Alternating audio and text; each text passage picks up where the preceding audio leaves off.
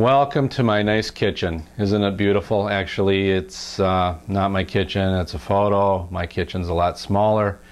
Too small, so I'm not even going to use it. I'm actually in my small dining room using it as a makeshift studio. So, what the heck, you gotta work with what you have.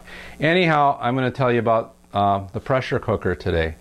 I've talked about it in some of my other videos, and I would imagine a lot of you have never heard of one, and many of you have never used one. So I'm going to try to clear up some of the misconceptions and tell you about the uses for a pressure cooker. If you've heard of them, you've probably heard horror stories about them exploding in the kitchen and food all over the ceiling, which I guess did happen way back in the early days when they first came out. But the new pressure cookers have a lot of safety features, and it just doesn't happen anymore.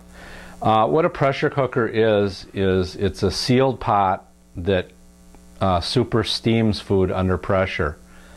Water normally boils at 212 degrees. Well, in a pressure cooker, it boils at 250 degrees. So food cooks a lot faster, and since it's sealed, it keeps all the nutrients in too, and it's a lot better for you. The pressure cooker has a lid that, when under pressure, you can't take it off. It's got a interlock, so you can't possibly have food come blowing up in your face. The only way the lid will release is when all the pressure is released and it's safe. Most pressure cookers will have some kind of a steamer insert. You can really use any kind of a steamer basket at all. If you want to keep your food out of the liquid, it's a great way to steam it. Otherwise, if you have a sauce or something, you can have your food right down in it, just like you normally would, and it still will cook the same way. This particular one has an insert, which is kind of nice. It's got a Teflon interior, and of course you can throw this part right in the dishwasher for cleaning, and it makes it a lot easier. This happens to be a 4-quart. I think they go all the way up to probably 8 quarts or more, but this is a good size. I think it's a good normal size. I guess right now we'll show you kind of some of the features of in the front. This is an electric pressure cooker. They also have manual ones that just go on your stove top. This is kind of nice because once you put your food in and set the time, it does everything for you. It shuts off, and then it keeps the food warm if you happen to be away. So there's no adjusting of the temperature. It's all automatic. That's why I really like the electric one. So let's go over some of the features on the front, the keypad, and I'll show you how it works. Okay, here is the keypad for this particular pressure cooker. At the top here, you're going to see the display that indicates how much time left in minutes in your cooking cycle. Here is the high and low pressure setting. You're going to use your high pressure most of the time. The only time you use low pressure is if you have some maybe delicate vegetables that you don't want to overcook.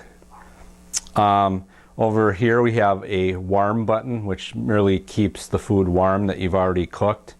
We also have a steamer button, so you can use this to steam in the traditional way, not under pressure.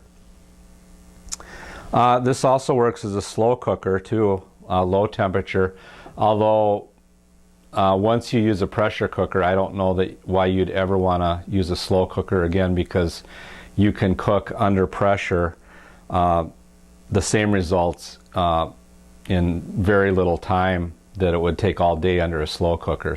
But it still has that function. Then it has a high temperature brown button, which allows you to sear your meats and things to get that nice kind of crispy exterior on there, if you want to do that before you actually pressure cooker. There's a delay time if you wanted to delay the cooking process. you can use that. I'm not sure, again, why you would really need it. I've never used it. And then the start and stop button. So pretty simple to use.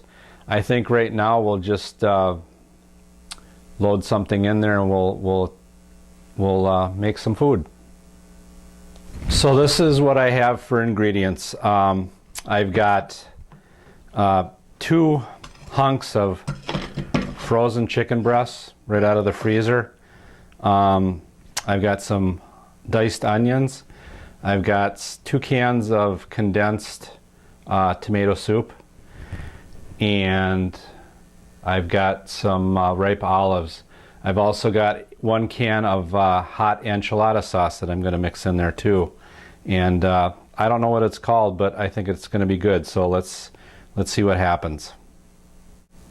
Okay, here we go. I'm going to dump in my frozen chicken breasts. Here goes the onions. The condensed tomato soup.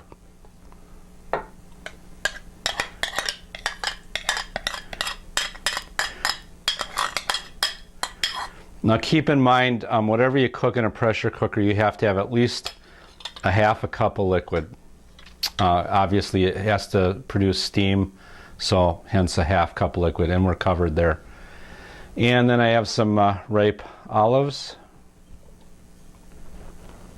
And lastly, we have our hot enchilada sauce. So that should give it a little bit of a zip to it. Okay, then we put our cover on, and we'll set the time. So we're going to set our time. These frozen chicken breasts are going to cook in 25 minutes, and it'll be done. Set this for 25. Ready to go. Press start. And this will heat up, and as soon as it gets up to pressure, the timer will start to count down, and it'll beep when it's done.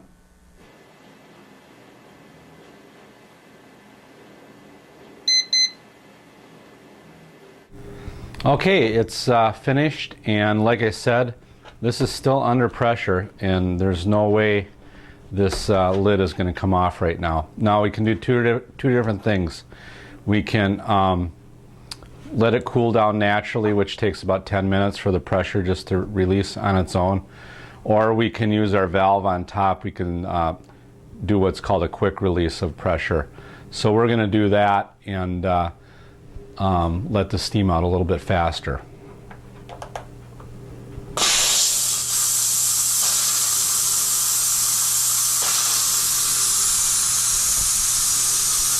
Okay, now that the steam's out, the interlock is disconnected and we can take the cover off. Be careful, it's still pretty hot in there. And let's take a look at what we've got. And here is our finished product. And there's a real nice sauce that we can put over it.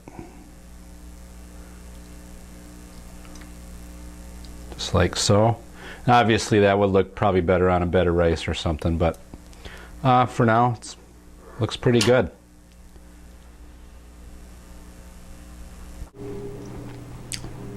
Excellent. Really a lot of good flavor. That hot enchilada sauce gives it a little bit of kick. It's really good. Wish you could taste it, but go buy a pressure cooker, make your own. Let me know how it works. So thanks for watching. We'll catch you next time.